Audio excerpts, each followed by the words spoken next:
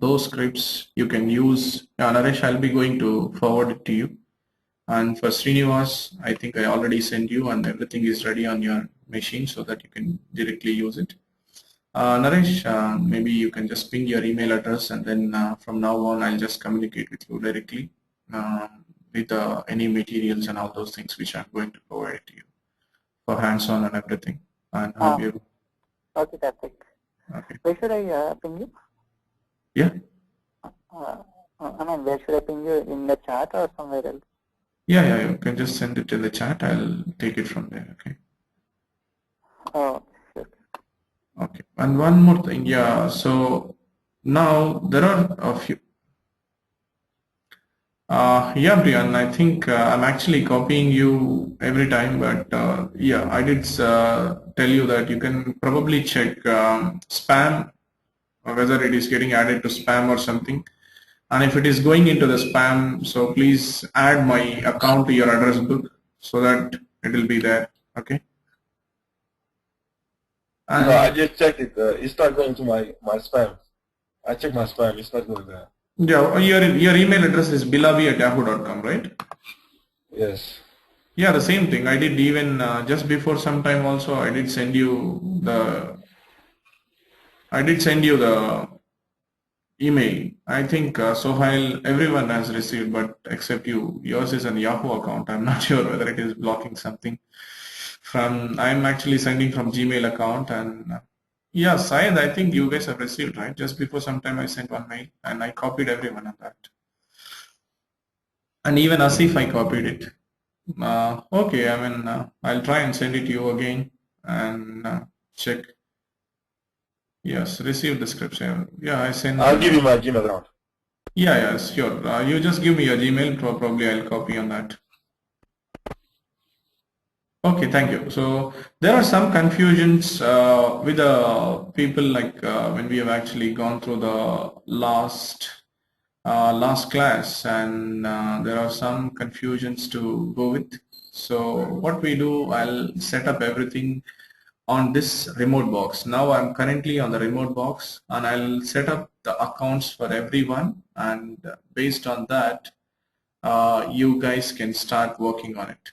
I'm not sure they already provided the user accounts to every one of you. I think user 1, user 2, user 3, 4, and 5, something like that. So I'm not sure who is a user 1, but anyway, whatever the account that is being provided to you, you can download the script what I just sent you. You can download the script what I just sent you, and based on that you can download whatever is there from the Gmail account. So in order to copy the files into this remote box, so this remote box is enabled. I mean, you have internet access here. So what I'm doing now, whatever the scripts that I have sent you, I'm just logging in and then copying all those scripts. So this activity, why we are doing is just to clear whatever the questions that you have regarding the hands-on. And this is not something that which we are going at it. Okay.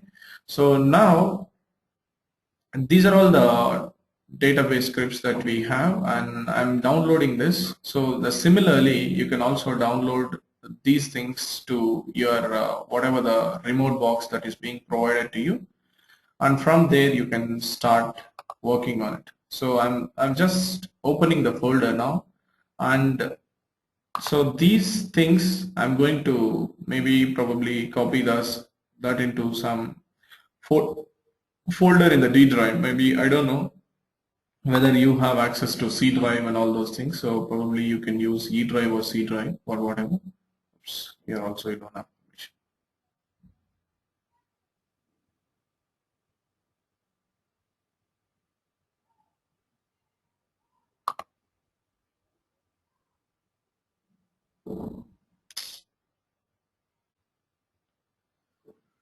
Okay, I'll just let the people know about it, and I don't know, this will accept it. Okay, we'll just check my download. At least here it will.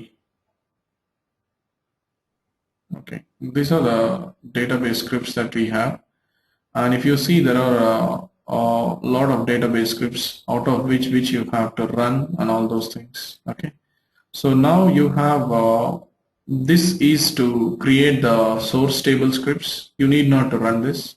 You need to run only these two scripts, that is your tdbu.sql and scd_ddl.sql. So in order to run, in order to create the source scripts, what I'm doing now, I'm just coming out of this and I'm running the TDBU scripts, SDBU scripts for you. So I'm creating a new user account, and so do remember, like, do not get confused again. So you need not to run this. You need not to run whatever I am doing that for a SDBU thing, because this is already being, I'm going to create it, and you need not to create it once again. So I'm actually logging in as a DBA and I'm creating the user called as an SDBU. I'm creating a user called as an SDBU and I'm running the scripts. I'm running the SDBU script. So now the user is created. So I'm just granting a DBA privilege to SDBU. So please make sure that you do not touch this. If something goes wrong again, we had to reconfigure entire thing, and that would be a work for the team here. So please make sure that you use the things what is being provided to you, Okay. So yeah. So in order to run this SDBU scripts now, I'll just run all these scripts and we will go from there. Okay. So now to run the SDBU scripts, so whatever I'm saying now, you need not to run this script. This script is not required when we are doing it. So you are required to run it. Yeah, somebody has a question here.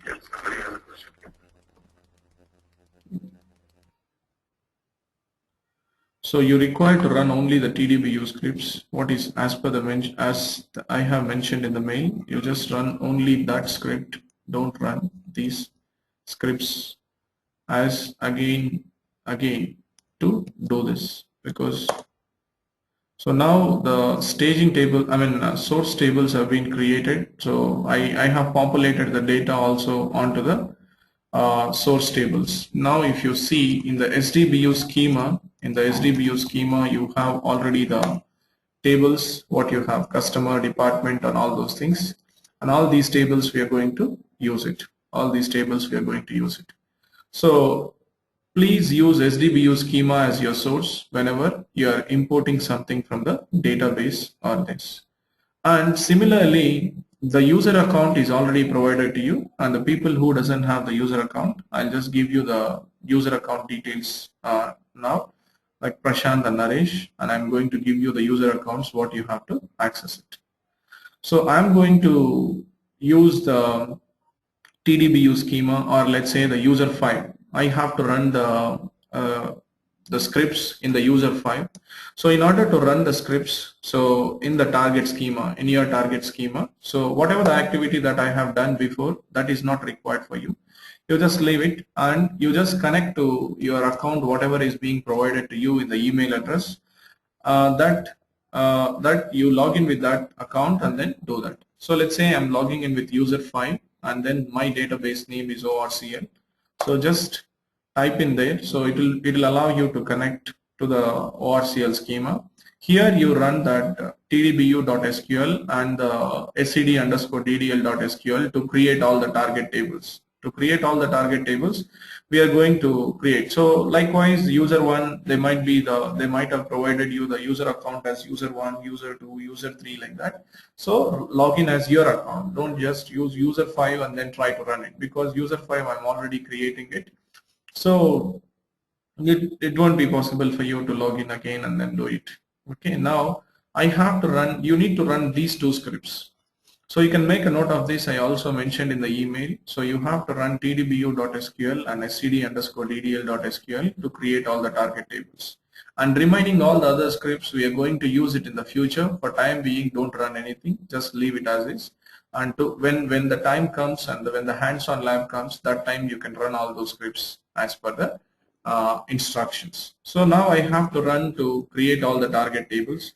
So now I've connected to user 5. User 5, let's say user 5 is my target schema. There I have to run all the target, all the target scripts. So when you go and run here, so just copy the entire path, wherever you have downloaded, maybe based upon your num. So now you need to run the tdbu.sql. So do remember this tdbu.sql. When you run it, it will create only the target tables. It doesn't create any of, it doesn't populate the data into this. So now it has created the tables. So if you see a lot of tables are being created, go and check how many tables are there in the user 5 now. So if you check it, there are, oh my God. Okay, I think they have used this user 5 is also as the repository schema. That's why you have a lot of these tables. Okay, for your account, when you actually do it, you'll find only the 32 or some other tables. Okay, that's fine. So in order to do it again, so in order to run one more script, so run the one more script, that is std_ddl.sql for std_ddl.sql. So that will create some more tables. So it will create all the required tables for your hands-on on the target database schema. It will create all the required hands-on for a target database schema. Now, if you see, your source database is ready and your target database is also ready. Suppose, let's say, when I'm running it, right? When I'm running the things, so ms.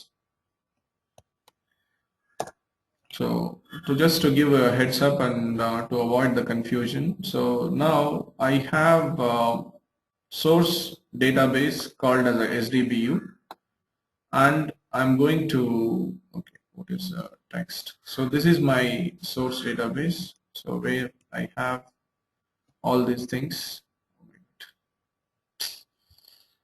Okay, I'll drive it from my machine. Okay.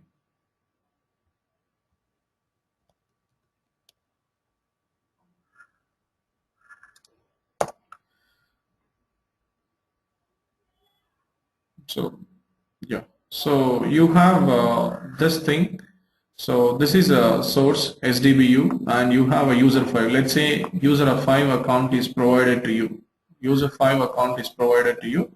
So you have the tables here like ODS underscore employee, and you have ODS underscore time, so on, so on. So you'll have some more tables like dim time, dim rep, and all those tables will be available.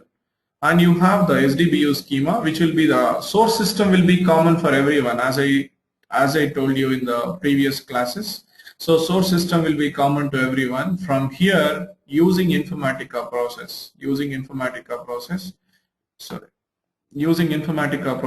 going to define the ETL programs and then migrate this and then load the data into using ETL process, that is your Informatica programs. You're going to migrate the data from SDBU schema to this. So you're not going to change any data on the SDBU. SDBU has the data already, and it has the lot of other tables like employee and whatever is required. So all the tables are available, and then so these tables are available, and you're going to use these tables and then populate the data from here. So this is the user 5 account which I'm using it. So I'm loading the data here. Okay. So if it is a user 1 account, so you create all the tables and then start loading the data. So how it is going to differ and how it is going to differ. Okay. So now this is what the environment preparation is done. So for everyone, whatever the emails that I have forwarded, so this is the environment. This is your source system. So whenever you want to access the source tables, you're going to use the SDBU as a username and SDBU as a password. And whenever you're going to access the target schema, you're going to use whatever the ID that provided. Let's say user 5 is my account, and I'm going to use user 5 Oracle account to log in and then use it. So that is what is going to work out. So now let's implement a simple example, and we have seen in the last class how to extract the data from employee table to the ODS underscore employee table by using the expression transformation. And we have different transformations, and we are going to see that. So to work on the Informatica. So when you log into repository, somebody tried to configure the repository by using the name as domain underscore whatever. Like already the repository is being configured, and this is your repository where you have to work. So when you are logging in, just log in with your user account, whatever is the user account that you have, user 5 and user 5. So let's say this is your user account, which Informatica account, which I have to log in. So you can log into this, and what I think there is no. Okay. So I'm logging in with the administrator to demonstrate you what is there. And I think you have already received the Informatica account, user accounts. Okay, 1 second. So it's logging in, and whatever is the folder that is being assigned to you, you can start working on all those folders. Suppose let's say user 1 is for Brian, so Brian has to create all the programs required for our hands-on. You are going to create it in the user 1, and user 2, user 3, like that you are going to create it. So when I drive the hands-on labs, I'm going to use the repository folder, and I'm going to create all the related programs, whatever is there, I'm going to create it here. So whenever you are doing it, so you can start creating user 2, whoever is the one, so they can create their accounts and then start accessing all those things. Okay, whatever you have, you can start using it. So whatever the dedicated folder that is being assigned to you, only use that account when you are logging. Use that account and use that folder only what is being assigned to you. So you have a lot of folders here, whatever the user that you log in, and based on that only you use it. So about the configuration of, you tried to configure the host. So somebody tried to configure the Informatica, and they got the error, and then they mailed me about this. So okay, so how to configure the repository? So whenever you walk into the project, and your administrator or someone from the page, they'll provide it to you, what is the username, what is the domain name, and at the same time what is the host name, what is the repository name, and all those things will be provided to you. So and the host and then the port, everything will be added. So you can't just try and use the domain what is being there in the recorded lab. Okay, so you need to go here, configure domains. So if you want to add a new domain, enter the domain name, host, and then the port. So once you add it, it will give you the list of repositories what you have here. And you want to log into the host repository, just go here, and from here you have to log in. So since the repository is already configured here, you need not to again configure one more time to practice the hands-on lab. You can straight away start using the designer, workflow manager, and workflow monitor from here, because the folders are also created. So sometimes in the real time, so when you go here, these are all the things which will be done by your administrator itself. Creation of folders and then assigning the permission to the folders, everything will be done by the administrator. You can just start using the designer, workflow manager, and workflow monitor, and all those things that you can start using it. Okay, you can start using it. Now, whatever the hands-on lab that we have done in the last class, I'll just try and recall, we'll just redo that lab within a short time, and we are going to do that hands-on lab once again to complete it. So what was the hands-on lab that we have done? We have extracted the data from employee table and then loaded the data into ODS underscore employee.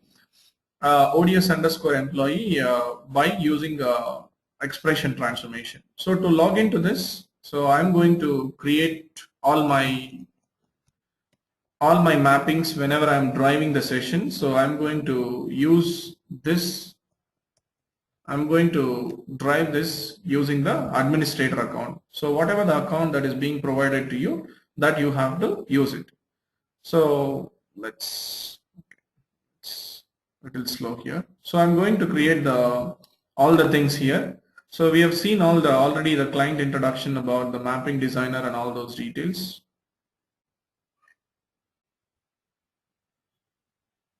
Okay. So I'm going to import the employee table from the source and the ODS underscore employee from the target, and I'm going to create the mapping and then proceed with the steps. So what are all the steps that we have to follow? So whenever you are doing a hands-on lab, we did discuss that we have to follow the 8 or 9 steps whenever you are doing it. So I'm actually reiterating all the steps what we have discussed in the last class to do that. So the first step that you're going to do is that you're going to create or import the source by using the create or import the source by using the source analyzer. And the second one is that create or import the target by using a target designer.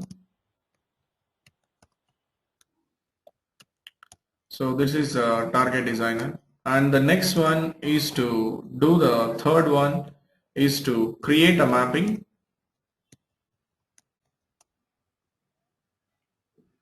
with a mapping designer with a set of transformations. So in this first hands-on lab, we are going to talk about the expression transformation which is used to concatenate the first name and last name. All these 3 steps, you are going to perform that from the Power Center Designer. Power Center Designer, that is which is I open now. This is a Power Center Designer, right?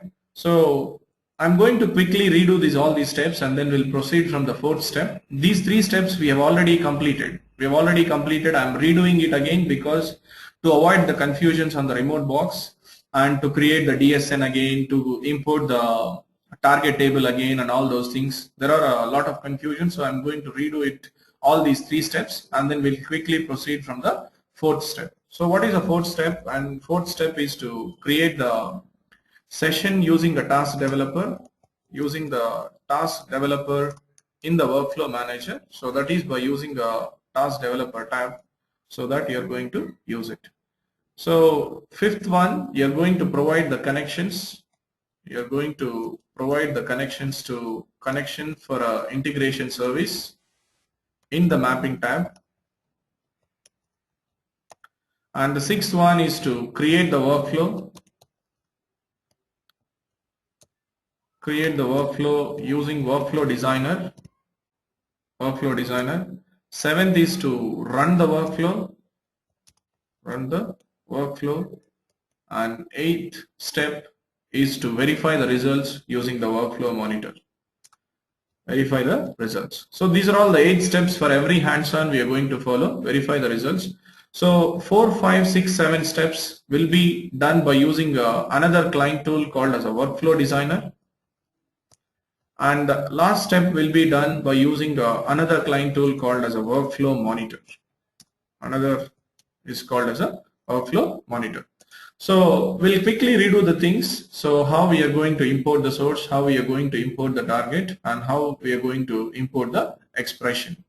So this hands-on lab is a first hands-on lab to do that. So to import the sources, import from database. So my source is available in the source schema. So how to import it? I'm going to import that from by adding my own DSN, which is there. So that I'm going to add it by using a data direct 6.10 protocol. So this will be the SDBU, and the description you can call it as, so data source name I'm calling it as a OLTP. So you need a DSN to interact with the database. So that's why I'm entering it as a OLTP. So the host name, I think probably the host name is different here on the remote box. So let's check it. So how to identify the host name? You can go to the TNS entry, whatever is being there. And from the TNS entry, you can find out what is a host name for this computer or the server host name that you have. So network, and then go to admin. So you can open the tnsnames.aura file.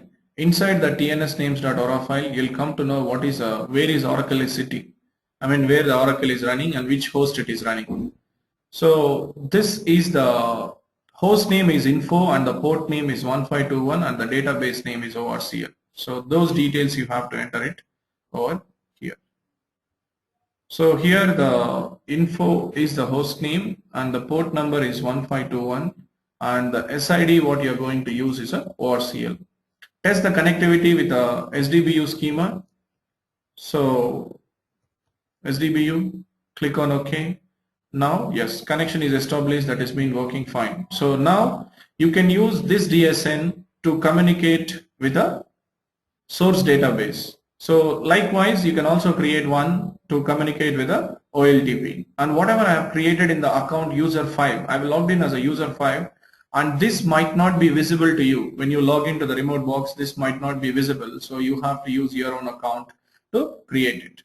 Now I'm going to use this DSN ODBC data source to communicate with it. So the username is SDBU. So enter the SDBU as the username and the SDBU and the tables. You have a lot of tables here. So out of which you are going to use is a employee table as a source. So quickly import it. So you're just importing the employee definition, not the data, right? So now you have imported the employee table. And similarly, import the target table also. So the target table, so to import the target table, again, I need a DSN to connect to the target database, which I don't have. I'm creating a new DSN to communicate with the target database. So I'm trying and adding one more this thing. So data direct 6.1 Oracle wire protocol. So this is, let's say you call it as a OLAP. So I've logged in as user 5. So I'm just giving it as a OLAP underscore user 5. And then here the host name is same because both the schemas are sitting on the same database. So enter 1521 and here the ORCL.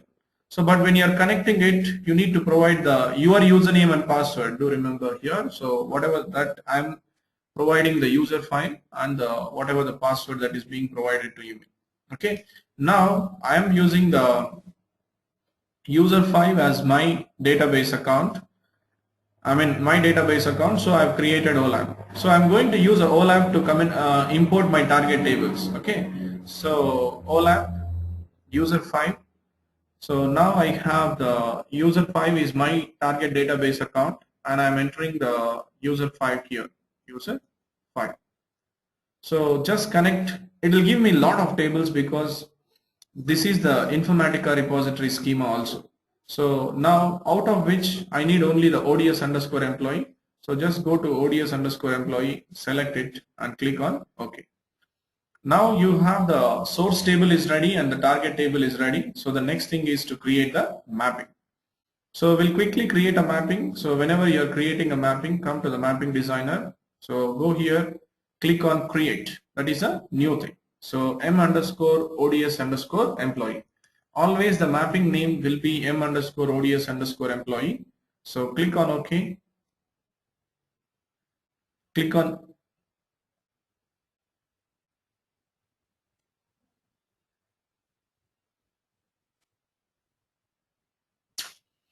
sorry about that. I think somebody has actually taken the control, I guess. Maybe let me try and log in again. So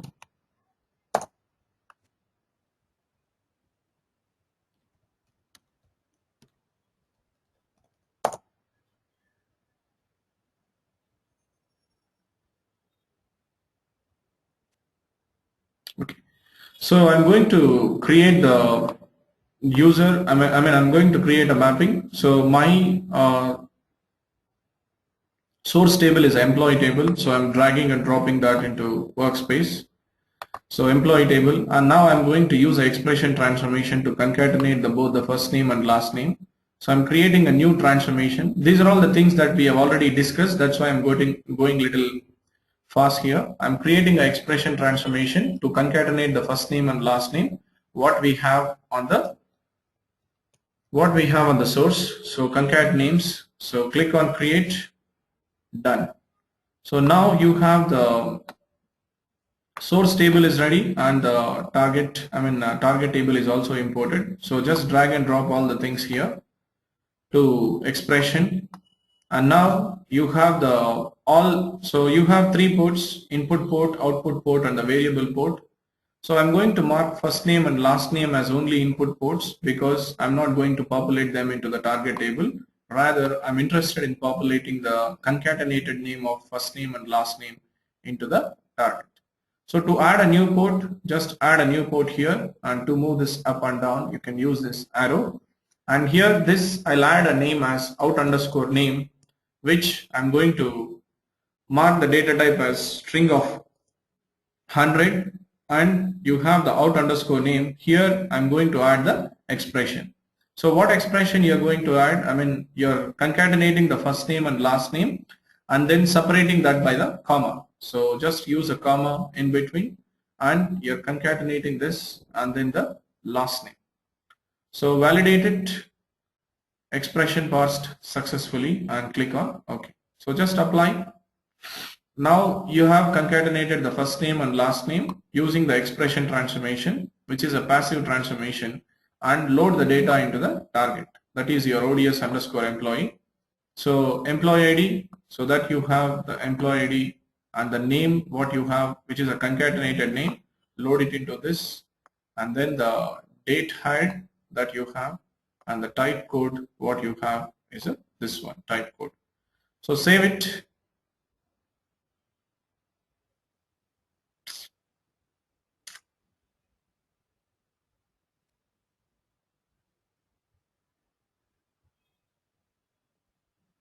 So now the M underscore ODS underscore employee is already valid.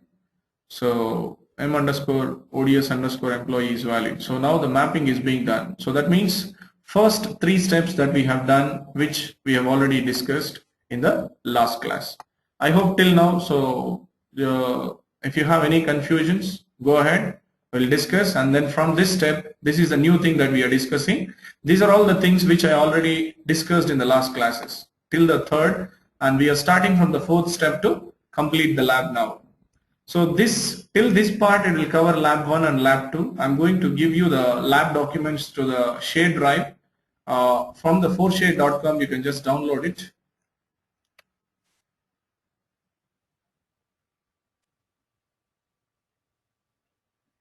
Do the mappings have to be done one table at a time, and or can we do multiple tables at a time? I mean, if you want to do it, you can just do it if you understand the process, or if you just want to follow the process as is by the hands-on labs, you can just follow that. If you want to import it, you can do it, whatever you want.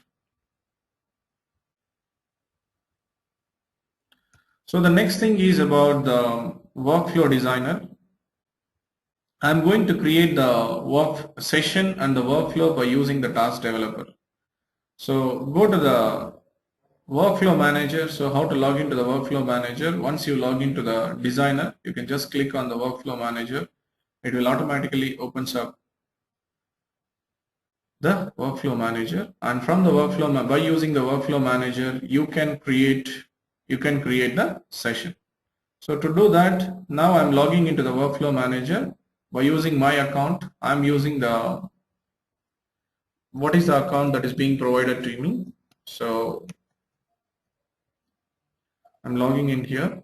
So if you are using the same user account, then only you're going to see all the details. Otherwise, you'll not be able to see the details what you are given. So use the same account. Now I have created my user account in this repository schema. So so here all the things are being created. So in the workflow designer, we have three tabs. One is a task developer. Next thing is a workload designer, and the other thing is a workflow designer.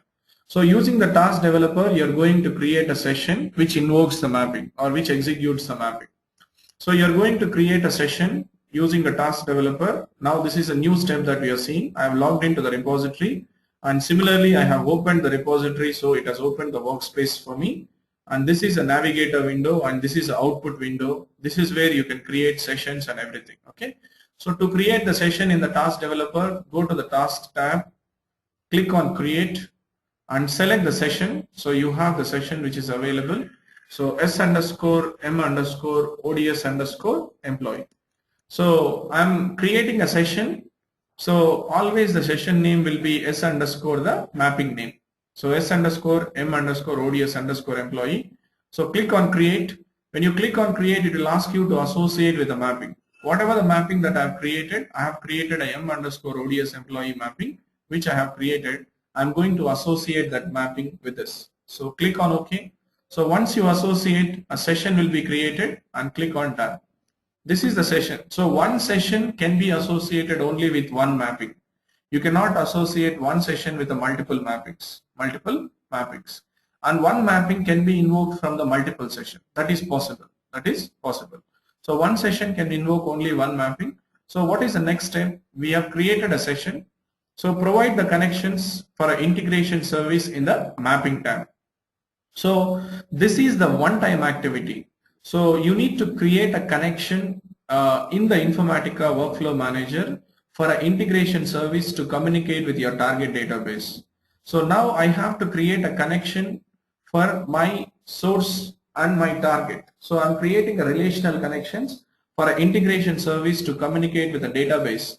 So if your source database is Oracle, so then select the Oracle from here. Now I'm creating a source connection. So you can create Oracle connection. Suppose let's say your source database is a MySQL. Then you can select the MySQL or whatever. If your source database is a Sybase, then you can select the Sybase from here and then create it. So likewise, now my source database is Oracle and my target database is also Oracle. So this is a one-time activity that you have to do, not for all the hands-on lab, only for once. So to communicate with the source Oracle, and I'm creating a new connection. Which will communicate with my source database, that is my OLTP system. I'm creating the connection called as a OLTP underscore SDBU.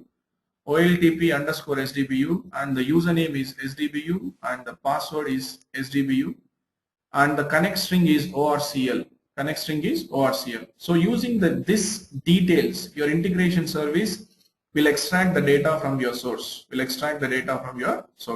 So click on OK. Now once you add it, so I want to give the permissions to everyone. So I'll give a permission to everyone. All the users, I'm giving a read, write, execute permission. So I'm not giving the read permission and the execute permission. So what you can do is you can start using this. I mean, you can use this connection directly. You need not to create one more connection to communicate with the source. So source connection is already created, so you can just start using it. Now the question is, target schema is different for everyone. So you have to create your own connection. Now I'm loading the data into my schema, that is user file schema. So go to the new button. So here I'm creating a new connection to communicate with a target. So OLAP underscore user file. This is my schema. This is my target schema. So I'm connecting OLAP underscore user file and my username is user file and my password is also user password. Enter the password and then connect string is a ORCL. And click on OK. Now these connections will be used by your integration service. How does it use it? This is a one-time activity that you have to do it.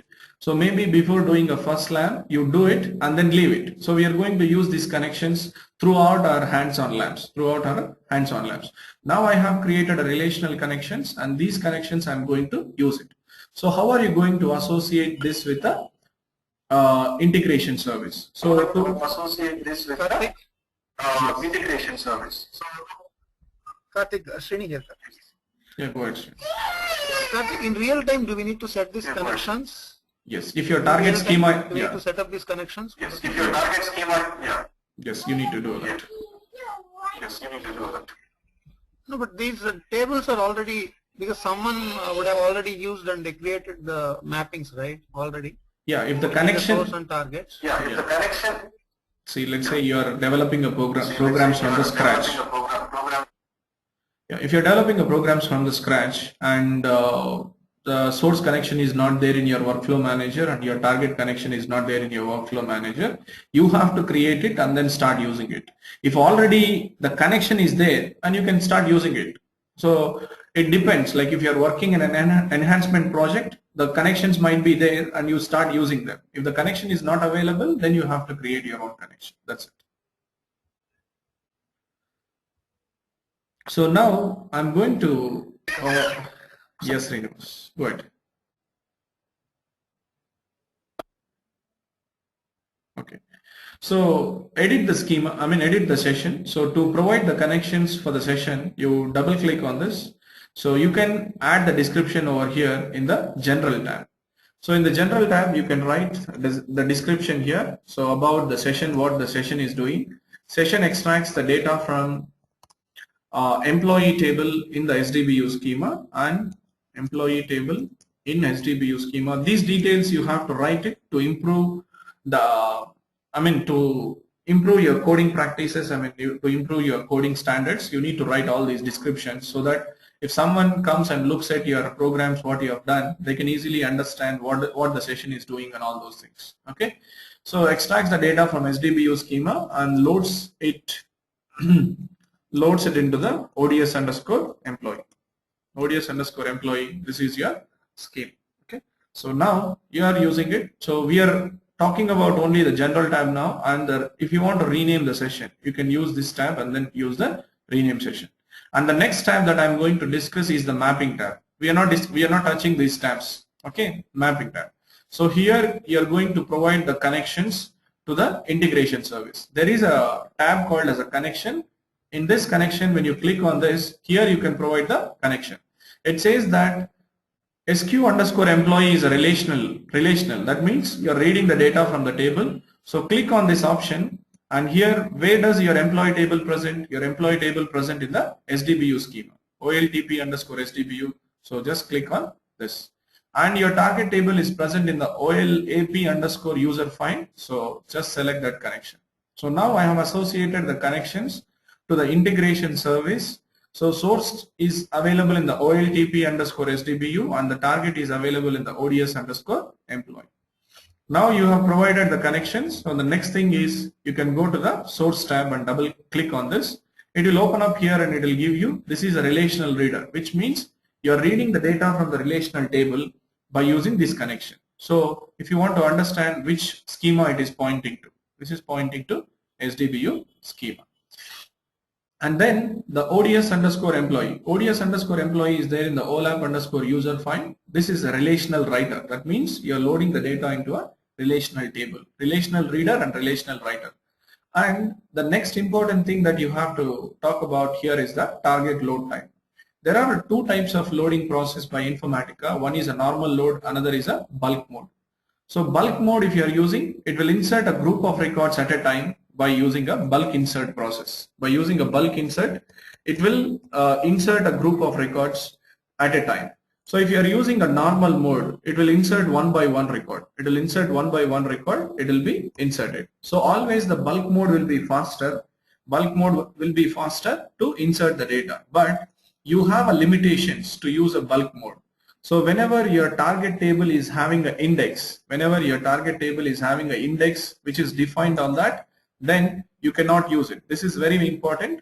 So whenever your target table is having an index, so how to make sure that whether your target table is having an index? So you can suppose whenever you have a primary key which is defined on that, automatically there will be an index which will be defined on that. So you can't use a bulk mode to do that. So if you see our target table ODS underscore employee is having a primary key, which means there will be an index which will be created on it. So that's why I'm not going to use a bulk mode, rather I'm going to use a normal mode to do that. And remaining all the other options will come to know. And whenever we are loading the data, suppose for some database error or with a database error, your Informatica is rejecting the data. So that data will be written onto the bad file directory. It will be written onto the bad file directory. So how does Informatica understands that $PM bad file directory means this? So these are all the variables which will get initialized while installing Informatica. $PM bad file directory means this is a server directory. So which is a server directory here? So you can go and see the server directory, whatever you have. So if you go, that is the install directory, whatever you have. See Informatica 9.1.0. Under this, oh my God.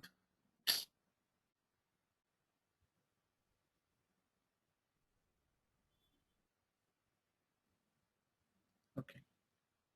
So there will be a bad file folder. I think now this part is not visible to us because of the permission on the remote box, but I'll just show you how the bad file directory appears in my local machine. Okay, so I'll just have a word with them. There are some concerns for a hands-on lab. So you can go to Informatica 9.0.1. Under the server, there will be a folder called as a server. Okay, when you go to the server, under the info shade, there is something called as a source files. And all these files are the server related files. So this path you have to remember. This path you have to remember because all the server related files will be stored here, and all the bad files. Suppose while loading the data, if Informatica throws any errors, I mean Informatica rejects any records, it will be written onto this bad file directory. So this is a standard path if you're if you're installing Informatica on the server. So in the info shade directory, you'll have a bad files, source files, target files, and everything will be there here.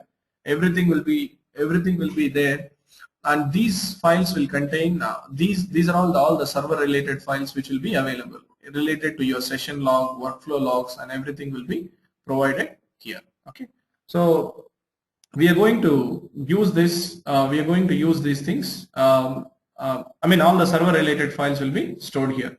So now, from the remote box, you're not able to see. I'll just have a word with them to give you the access to those folders, server folders, so that you can keep all the source files and everything. So this is where if you want to change your bad file name, instead of ods_employee bad1, I just want to give this as user5.txt. So if it is writing any, if it is rejecting any records, it will write the details into ods_employee user5.txt. It will write the data into this directory. So just apply it and then click on OK. Now save it. Once you do it, whatever the steps that we have done, you save it. So now the session is ready. You have provided the connection, you have enabled whether it is a bulk mode or the normal mode, and you have provided the bad file name. So if the Informatica rejects, it will write all those things. So now once you create the task developer, once you create the session, so the next thing is to create the workflow using a workflow designer. So I'm going to create a workflow now by using a workflow designer. Come to the workflow designer tab, and here I'm going to create the workflow. Go to this and click on workflows tab, click on create. So here I'm creating a new workflow, that is wf_ods_employee. So whenever you are creating a workflow, so make sure that you are assigning the integration service, because with integration service is a service which moves the data from source to the target. If you're not assigning the integration service, your Informatica cannot kickstart your workflow. And if you'd like to enter the comments over here, you can enter it. So you have the integration service and then use this. And by default, whenever you create the workflow, that there will be a start task which gets added. That is the starting point of execution of your workflow. So whenever you create a session, that session gets created, and you can access all the sessions from this node. So this is called as a session node. So if you expand it, all the sessions will appear over here. And this workflow is like a package which will consist of different sessions and different tasks. So you can just drag and drop the session which you have to keep this part of a workflow. Just drag and drop, hold your left mouse click button, drag and drop that into your workspace. Now how Informatica understands that after starting the workflow, it has to execute this. So you have to connect that by using a link task. So what is a link task? This is a link task which you have on the top. So you can use this link task and then connect this to this. So what does that mean is that whenever you start the workflow, Informatica will kickstart the loading of the data by using this session. So one workflow can contain the multiple sessions, but here in this case we are using only the one session. This workflow contains only one session. Now you have created a session, you have provided the connection, and you have created a workflow also. So now this is the workflow. So that completes your step number 7. So we are done till this. So now we have just created a program, but we have not executed a program, or we have not run the program to verify the data. So to check that, if you go and see in the target table, obviously I'll not have any data because I've not loaded any data to the target table. Try and preview the data. So you can also preview the data from this. So go to the designer and right click on the target, preview the data. Here you can select the DSN what you have created. So I have created a DSN called as a user file. So I'm logging into that to check whether I have any data here or not. Yes, we can execute a multiple sessions. You'll come to know in the later classes how can we keep multiple sessions in the single workflow. Yes, we can do that one after the other. So now you don't have any data which is available in the target table. Now when I execute my workflow, it will extract the data from employee table and then load the data into target, that is your ODS underscore employee table. So to run it, so how to run the workflow? So to run the workflow, once you design everything, make sure that your workflow is valid. If your workflow is valid, then there will not be any bubble, red color bubble symbol over here, and there will not be any red color bubble symbol. So you're going to you'll find it. Or else, if you just want to make sure that whether your workflow and session are valid, go to the workflow tab and then validate it. So this is a workflow WF underscore ODS underscore employee is valid. Now the workflow is valid. Now you just have to make sure run this and then verify the results. So how to run this? Go to the workflow tab and then start the workflow. So when you start this workflow, it will automatically opens up the workflow monitor. And then show you how the workflow is running, how many records it has extracted. See here, automatically it will show the status here, starting the execution of the workflow, WF underscore ODS employee in a folder, which is saved by this. So I have saved, so that's why this has opened the workflow monitor. From the workflow monitor, you can verify whether it is succeeded or not. So you can just log into this. Now I'm running this using a administrator. So I'm entering the username and password. You can use the username and password what is being provided to you. And once you log in, you'll be able to see whether the workflow is successfully completed or not. Okay. So now this is the,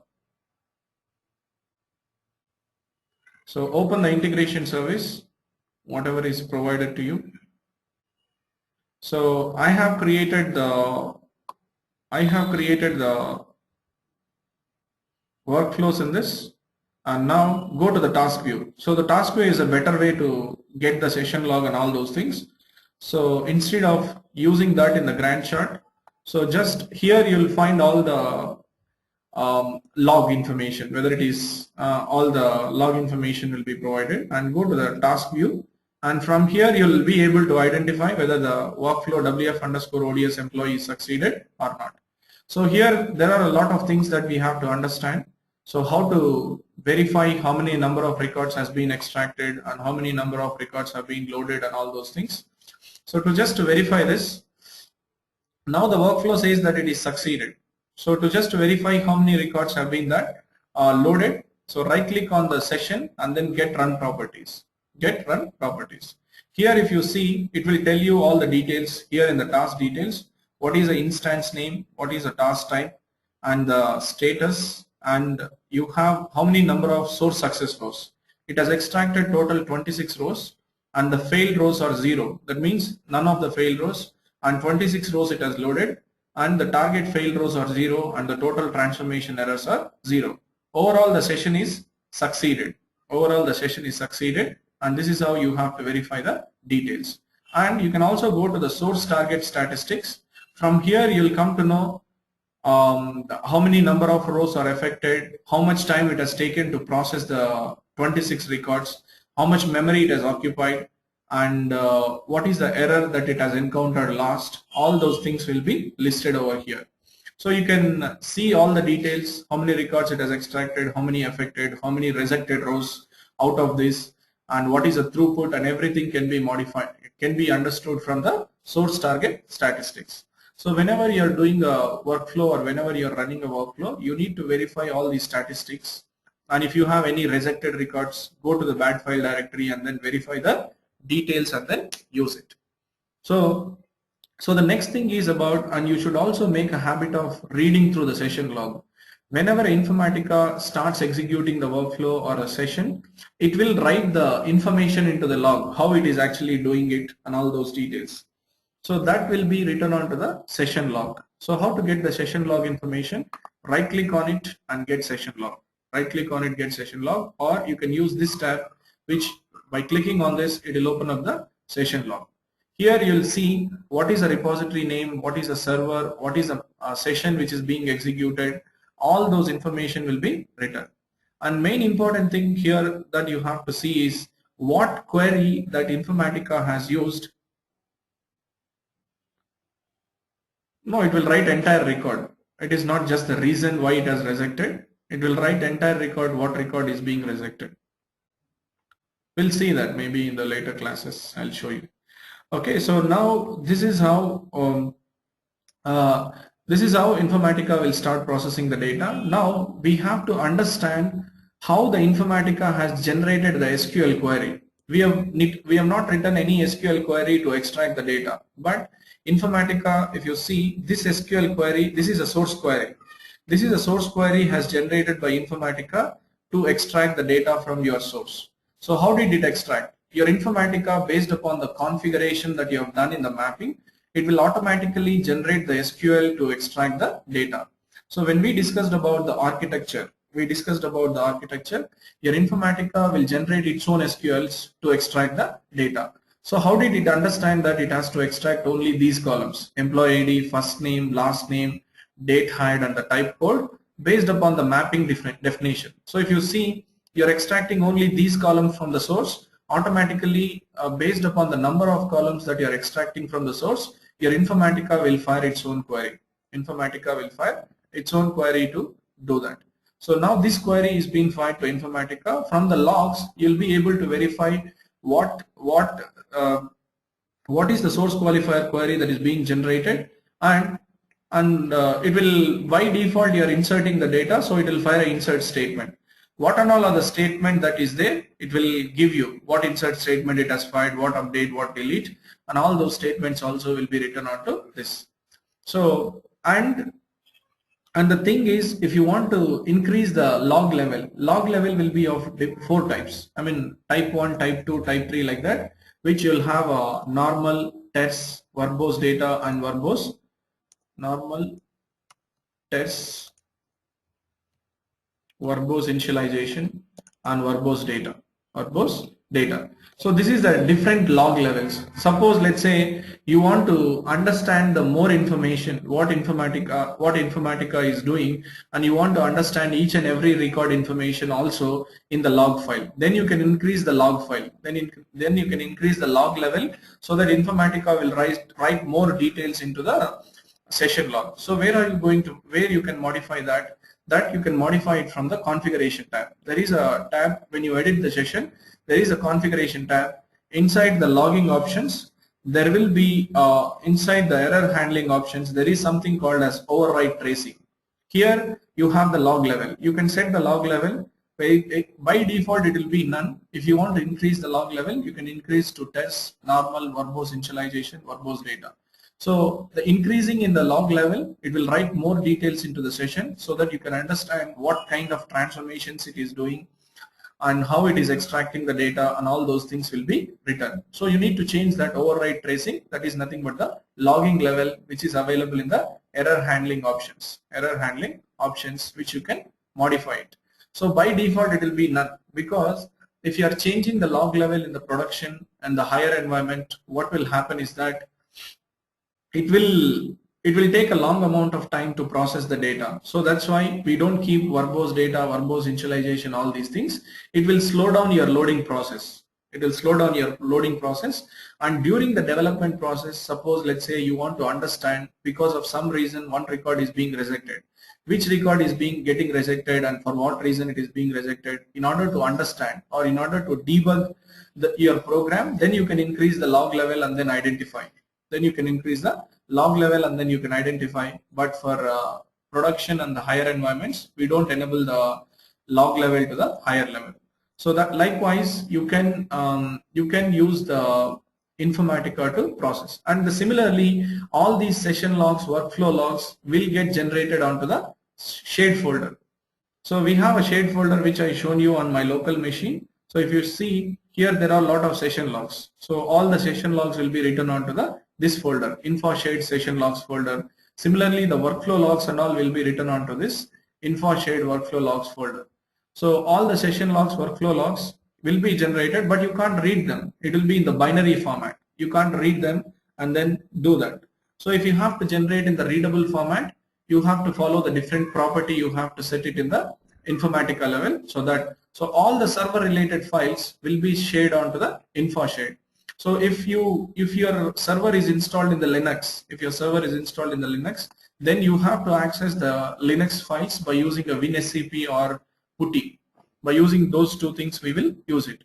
Here our server is installed in the Windows box, so we can directly log into the Windows box and then start accessing the server folders.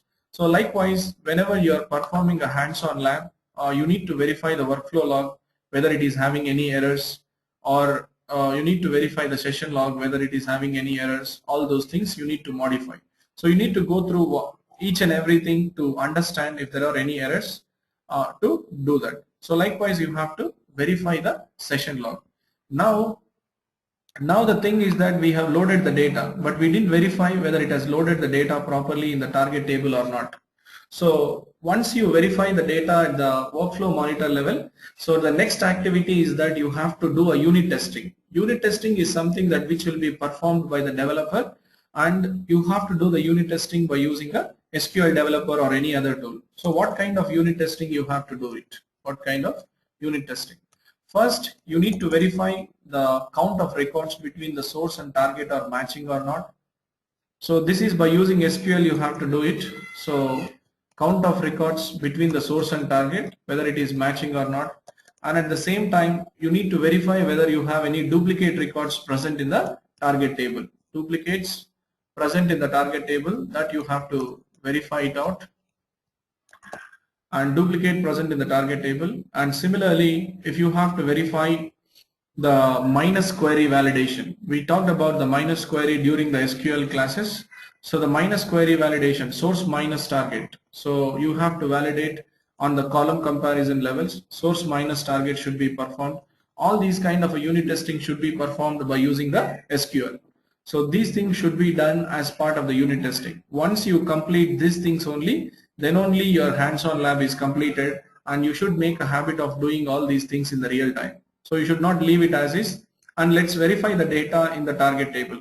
I'm requesting the team to install the SQL developer, so you can use SQL developer in the future to verify the data. For time being, I'm just retrieving the data from my designer tab. So preview data.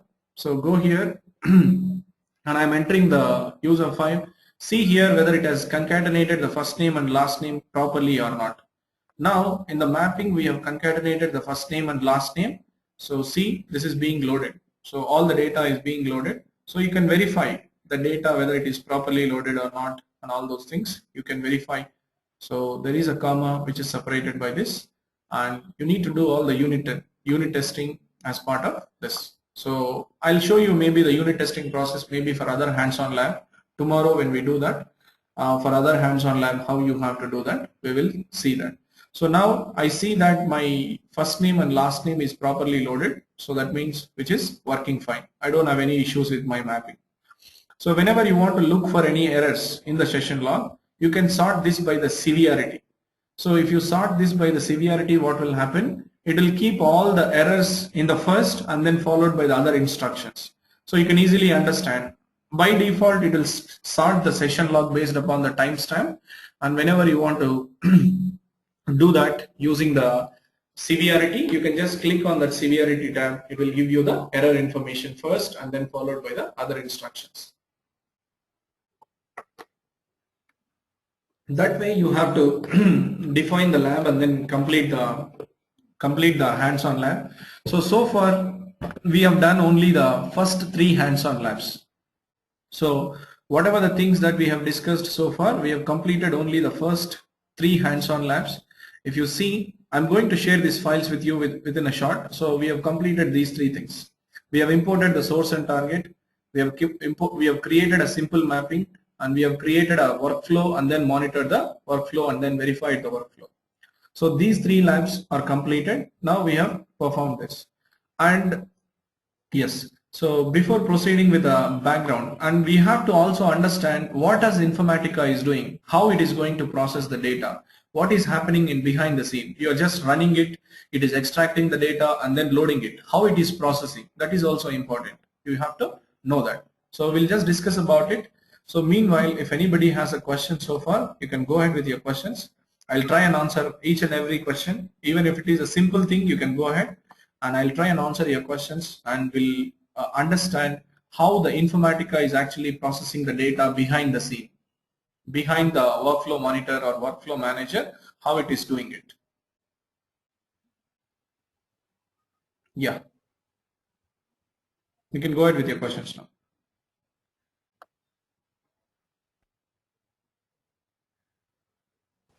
Yes, can you hear me?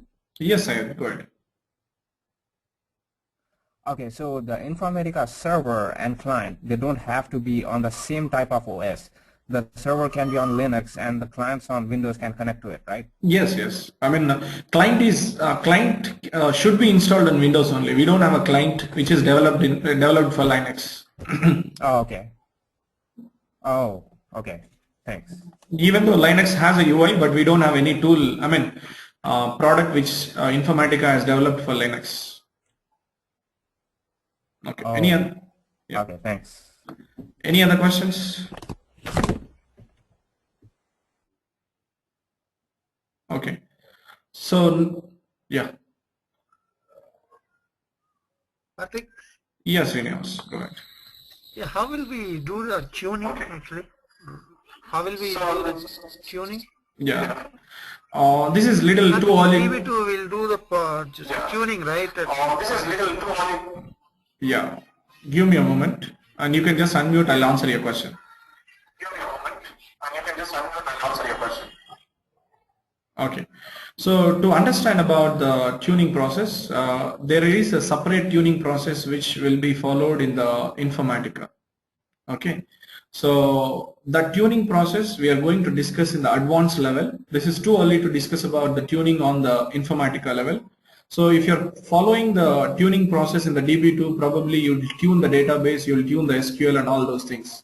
In Informatica, if you have to tune it, you're going to tune the mapping, you're going to tune the sessions, you're going to tune the workflow, and you're going to tune your source queries, and you're going to tune your target loading process. So that will be discussed as part of in the last sessions once we complete all the hands-on labs.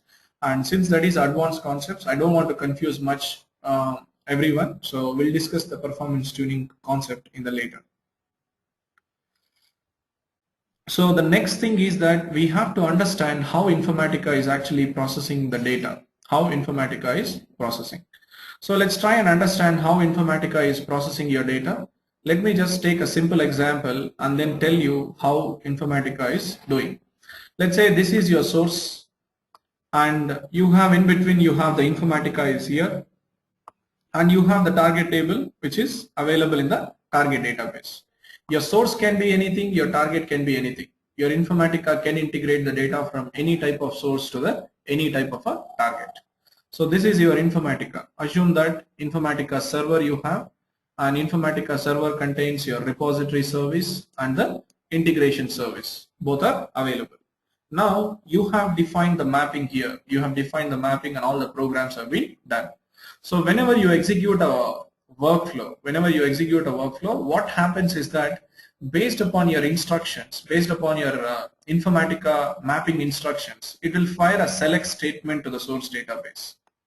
If it is a relational table, it will fire a select statement to the database. Suppose if it is a flat file, suppose let's say you might even read the data from the flat file or other type of sources. What it will do, it will read the data by using the process OS utilities. It will copy the data, entire data, whatever the source that can be. What your Informatica does is If it is a relational table, it will fire a select statement. If it is a flat file, it will read the data, and it will read the data and then keep it into an internal process. There will be a process, a memory, a manager, or the process called as a buffer. Okay, there is a process called as a DTM process. DTM stands for a data transformation manager. This data transformation manager process will create the three types of threads. When I say three threads, that is nothing but the three processes. One is called as a reader process, reader thread. Another is called as a writer thread. Another is called as a transformation thread. So as the names indicates that, so reader thread is responsible for reading of the data, writer thread is responsible for loading of the data, and transformation thread is responsible for transforming the data. So now here the example is whenever you execute a workflow, your integration service initiates the DTM process. Your DTM will create the three threads: reader thread, writer thread, and the transformation thread. This reader thread will invoke the source. I mean, it will generate it will fire a select statement to this, and it will extract entire data from the source table and then keep it into the Informatica memory. It will keep the data into the Informatica memory, and then your Informatica is a row by row process. First, it will fetch the first record from the source, and then it will fetch the first record from the source and then start transforming the data. So it will fetch the first record, it will concatenate the first name and last name, and then load it into the target. And similarly, once data is being transformed, your writer thread will fire a insert statement or update statement or a delete statement to the target. It will fire an insert statement or an update statement or a delete statement based upon your configuration. It will load the data into the target. So in the background, so whenever your Informatica is processing the data, it doesn't store any of the source data, or it doesn't store any of the transformed data, or it doesn't store any of the loaded data in the Informatica memory. So it is like a temporarily it will create the DTM process. Once the data is being loaded into the target, it will delete it from the memory. So it is an intermediate process that is called as a buffer. Or a cache, we call it in the Informatica server memory. In the going forward, we'll also see how Informatica uses the memory inside your hard disk and how it will process the data. Those things we will understand. So if you see, we have to see all these reader thread, writer thread, and the transformation thread in the session log, right? So go here, open your session log. You will have the DTM process also, which will be initiated. So go line by line how you have to do it. So see here, it says that DTM initialized successfully for the session. That is nothing but the data transformation manager. Once you do this, this is your reader thread. Reader source ORCL, and the user is SDBU. So likewise, there is a writer thread which you are using user file bulk mode off. And similarly, you'll also have a transformation thread which is used to transform the data. So here you have a transformation thread. So finish the transformations for the source qualifier query, which it has transformed the data, and then return it. So the DTM process is a main hardcore process behind the Informatica. When it is migrating the data, it will create the three processes and then start reading the data and then loading the data into Informatica. Okay, so that is how it will extract the data and then do it. So all the detailed information will be present in the session log. From the session log, you can verify all these details. Okay, so that's how you have to do the hands-on labs. So it's been a more than 1 hour 15-minute session. So yes.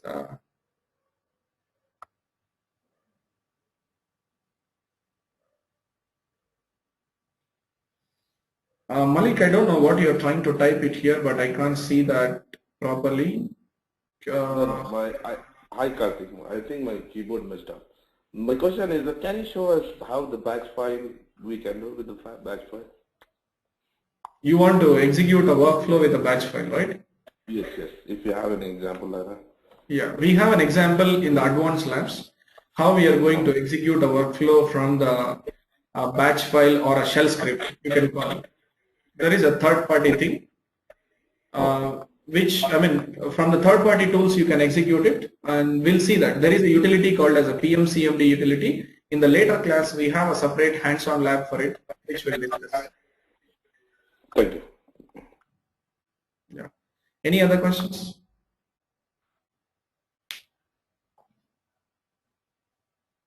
Okay, that's it. I have it for today. Okay, can you send me the labs? Because I haven't got. Yes, yes. I mean, I haven't sent to anyone. Hello? Yes, yes, Brian. Can you send me the labs? Oh. Okay, I saw that you sent it already. Okay, I'm going to send all those things to all of you with the links. Okay, I'm going to upload it to the forshare.com. From there, you can download it. Okay. All right. Okay, then thank you. That's it. I have it for today, and tomorrow.